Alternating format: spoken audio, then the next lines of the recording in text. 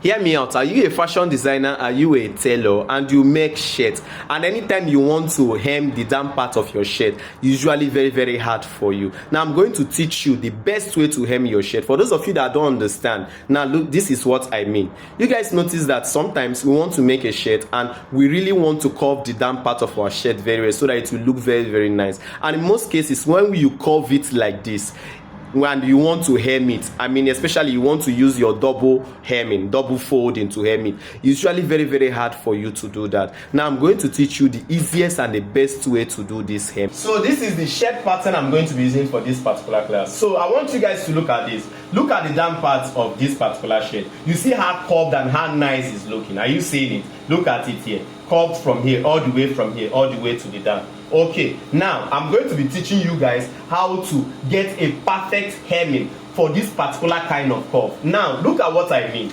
In most cases, we have some shirts, and whenever you see the curves are like this. Are you seeing it? Now I want you to see something. This is what you usually see on a regular shirt curve. Are you seeing it? But this particular one is very curved this way.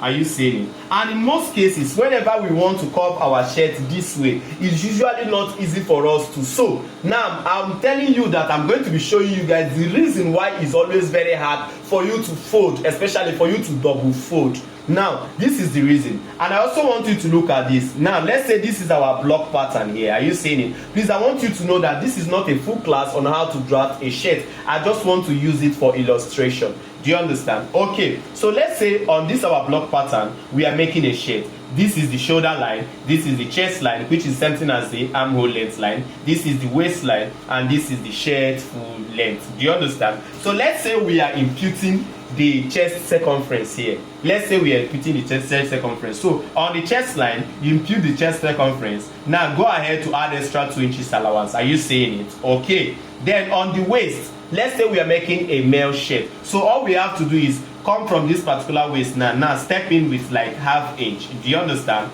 Now remember, on the chest, we put the chest circumference, and also we put our body allowance stroke seam allowance. Now coming to this side, instead of imputing our waist circumference, all I had to do is from here I stepped in with ½ inch. Now do the same thing to your hip side. Do you understand? Your hip circumference and your extra 2 inches allowance. So let's say we are done now. All we have to do is to connect in order to get the shape of the shirt. So let's do that, guys. Okay, so now we have gotten the shape of the shirt. Next thing we are going to do now is to curve the shirt. I mean the side curve. Do you understand? The side curve that we are going to be hemming. I want to show you guys how to curve it. Now in order for you to curve it, I want you to know that, let's say this is the base part of this particular shirt. All you have to do is to step up with something. Now for a professional shirt, all you have to step up is just 1 inch. That's why whenever you are hemming or you are folding the down part of a professional shirt, it's usually not hard to do that. Do you understand? Because the down part is like, see, look at it, from here to here is like 1 inch. So are you seeing it? This is usually what we have. But in this particular case, we want to curve it all the way to this particular point. So what we have to do now is to, from here all the way here can be up to how many? 3. It can be up to 4 inches. Now look at it on the pattern. From here, from this particular allowance, step up to how many? 4 inches. Are you seeing it? Okay, 4 inches or 3 inches. It will give you a very great curve. Now look at it. When we have done this, next thing you need to do is to get the distance between here, are you seeing it, and this particular point. The distance between here and here, the midpoint. Now let's say the midpoint is this particular side. So all we have to do is to connect. Now let me show you guys what I mean by connection. You can connect from here to here in order to get the curve. Are you seeing it? Okay, now this is what a normal human being or a normal individual or a normal tailor will do. They will just connect it all the way from here to here, just as I have done. Do you understand? Now let me show you how you are supposed to do it in order to make sure that when you are hemming it, it's going to be very easy for you. Now look at, instead of you joining it this way from here directly to this particular point, remember that your body allowance is 2 inches. So let me signify the body allowance here. Are you seeing it? All you have to do is to, first of all, before you start joining your curve, make sure you exclude your body allowance. Remember, it's 2 inches. So all you have to do is to horizontally mark a horizontal line like this. Are you seeing it? 2 inches first from this particular line which you have stepped up. Are you seeing it? 2 inches. Then next thing you need to do is to add another one like extra half inch like this. Are you seeing it? After excluding your allowance, 2 inches allowance, add extra half again, making it 2.5.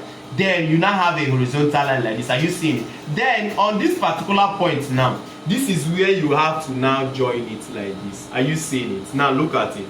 From here to here, you now have this particular curve. I promise you, when you will be hemming this particular thing, at this, because in most cases it's usually this particular angle that is very, very hard whenever you want to hem it. When you will be hemming it, if you follow this particular process, you see that it's going to be so easy, and that place is going to be very, very flat when you are hemming it. If you still want me to explain this thing on a material for you guys, please, I want you to make sure you comment in the comment section.